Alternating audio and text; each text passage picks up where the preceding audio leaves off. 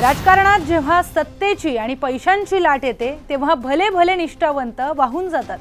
सध्या महाराष्ट्रात पुन्हा एकदा तोच खेळ सुरू झालाय। शिवसेना उभाठा पक्षाच्या 9 खासदारांपैकी 6 खासदार अचानक नॉट रिचेबल होतात, बैठकीला दांडी मारतात आणि पक्षामध्ये पुन्हा एका मोठ्या भूकंपाची स्क्रिप्ट लिहिली जाते। 15 कोटी, 30 कोटी, 50 कोटी आकड्यांची हवा हवेत तरंगत होती। संजय राऊतांनी तसे आरोपही केले आणि या सगळ्यांमध्ये 6 खासदार डगमगले।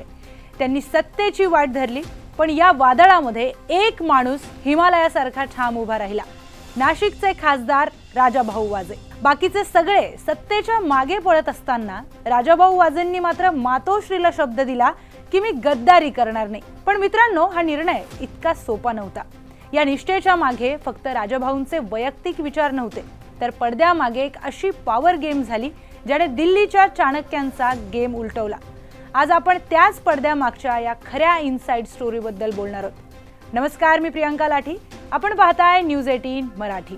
राजाभाऊ वाजे नेमके आहेत कोण हे आधी आपल्याला समजून घ्यावं लागेल। ते काही कालपर्व पक्षात आलेले आणि खासदारकीचं तिकीट मिळालेले नेते नाहीयेत। राजाभाऊंच्या रक्तातच स्वाभिमान आणि समाजकारणाचा इतिहास दडलाय। त्यांचे आजोबा हे सिन्नरचे आमदार होते, पण या सगळ्यामध्ये मोठा आदर्श आहे तो म्हणजे त्यांच्या आजीचा, मथुराबाई वाजे। 1953च्या काळात त्या सिन्नरच्या नगराध्यक्ष होत्या।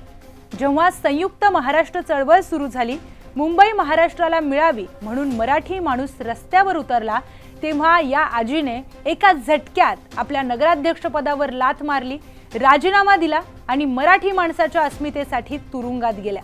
ज्या घराण्याने 70 वर्षांपूर्वी सत्तेपेक्षा मराठी अस्मिता आणि तत्वाला मोठं मानलं, त्या घराण्यात वाढलेला माणूस काही कोटींच्या ऑफर समोर शरणागती पत्करेल का? राजाभाऊंनी आपल्या आजीचा तोच स्वाभिमान दिल्लीच्या दरबारामध्ये गहाण ठेवण्यास स्पष्ट नकार दिला। पण राजकारण एवढंही सरळ नसतं। राजाभाऊ पक्षामध्ये 100% खुश होते का? तर नाही।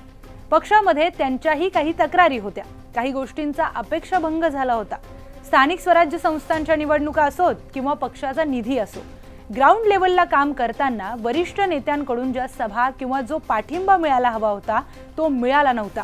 अगदी उद्धव ठाकरेंचे विश्वासू मिलिंद नार्वेकर यांचा जेव्हा फोन आला तेव्हा राजाभाऊंनी ही नाराजी लपवून ठेवली नाही, त्यांनी ती उघडपणे बोलूनही दाखवली।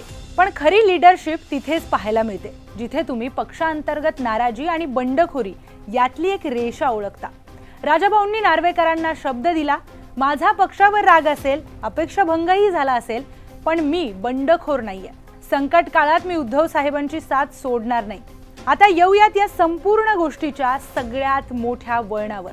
ऑपरेशन टायगर अंतर्गत जेव्हा शिंदे सेनेकडून राजाभाऊंना थेट ऑफर्स यायला लागल्या, तेव्हा राजाभाऊंनी स्वतःहून कोणताही निर्णय घेतला नाही।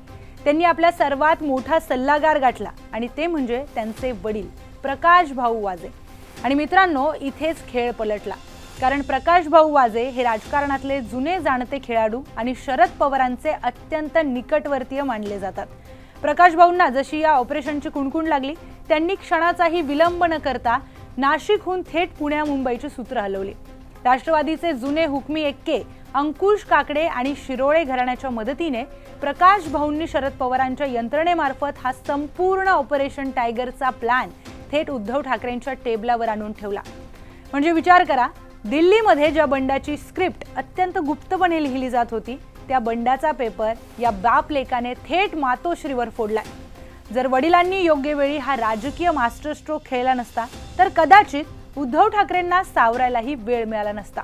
मित्रांनो, ही आहे राजाभाऊ वाजेंच्या निष्ठेची आणि त्यांच्या वडिलांच्या राजकीय चाणक्य नीतीची खरी गोष्ट।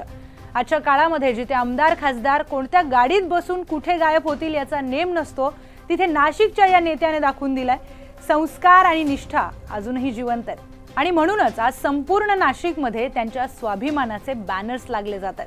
तुम्हाला काय वाटतं? राजाभाऊ वाजेंचा हा निर्णय आणि त्यांच्या वडिलांनी ऐनवेळी फिरवलेली चक्र यावर तुमचं मत काय?